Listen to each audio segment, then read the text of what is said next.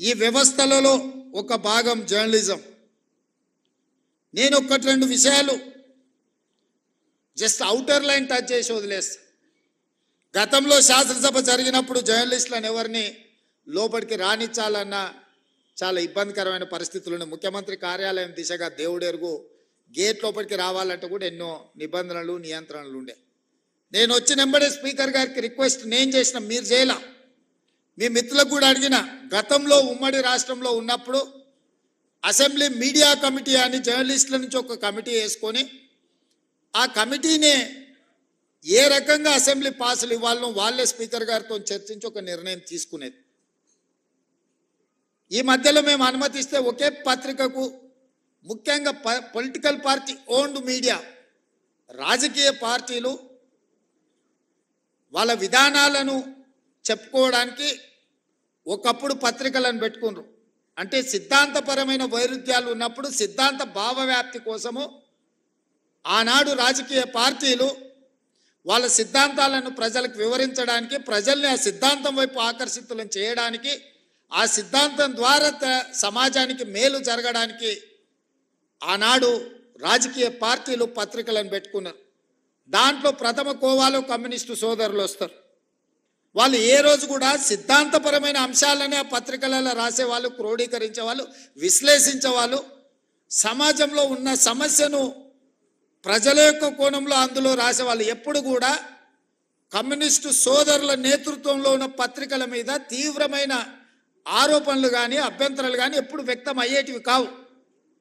మేము చాలా సందర్భాలలో ఆ జర్నలిస్టు కలిస్తే కూడా వాళ్ళతో సమాచారాన్ని, వాళ్ళ అవగాహనను, వాళ్ళ విశ్లేషణను మేము అడిగి తెలుసుకునేటోళ్ళం. జర్నలిస్ట్గా కార్డ్ హోల్డర్స్ ఉన్నోళ్ళు అందులో జర్నలిస్ట్గా పనిచేసేది.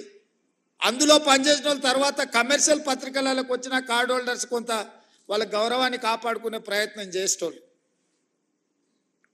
ఆ తర్వాత పరిణామ క్రమంలో వచ్చిన పరిస్థితుల్లో రాజకీయ పార్టీలు ప్రారంభించుకున్న పత్రికలు కార్యకర్తలుగా మారితే పర్వాలేదు, నాకేం అభ్యంతరం లేదు.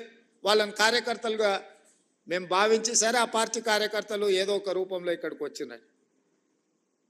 కానీ ఉన్మాదంతో ఎట్టి పరిస్థితుల్లో ప్రెస్ మీటో లేకపోతే అక్కడ జరుగుతున్న కార్యక్రమాలని డిస్టర్బ్ చేయాలన్న ఆలోచనతోనే వ్యవహరించే పరిస్థితులు ఈరోజు వచ్చినాయి. దీన్ని మనం ఏ రకంగా ఎదుర్కోవాలనో మీరు చెప్పాలి. ఈరోజు సమాజంలో కొత్తగా వచ్చిన సమస్య ఇది. రాజకీయ పార్టీలు పెట్టుకున్న పత్రిక యొక్క పాత్రికేయులు అందరన్నే నన్ను, అందులో కొందరు, ఏ వర్గంలో అయినా కొందరు చేసే పనే అందరికీ అంటుకుంటుంది. అందరు ఆ విధంగా ఉన్నారని నేను అనడం లేదు.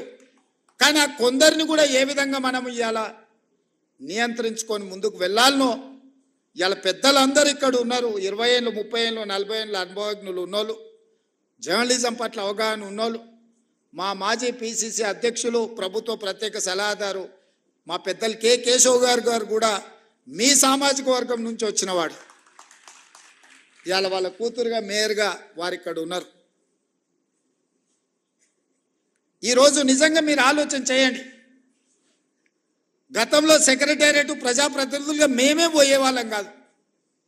ఇవాళ సెక్రటేరియట్లో ముఖ్యమంత్రి కార్యాలయానికి జర్నలిస్టులు వచ్చి కూర్చొని, అది చిట్ చాట్ కావచ్చు, లేకపోతే ఇంకేదైనా విషయం కావచ్చు, లేదా పత్రికా సమావేశాలను కూడా సెక్రటేరియట్లో పెట్టి మిమ్మల్ని అందరినీ పిలిచి ప్రభుత్వం అధికారిక కార్యక్రమాలను అక్కడి నుంచి మీరు రాసే విధంగా ఈరోజు మా ప్రభుత్వంలో తీసుకొచ్చిన మార్పు, ఈ మార్పు మీకు చేరిందనే, ఈ మార్పును మీరు గుర్తించిందనే నేను భావిస్తున్నా. కానీ ఈ మార్పు సమాజానికి నష్టాన్ని, మా కష్టాన్ని తెచ్చేదిగా ఉండకూడదు.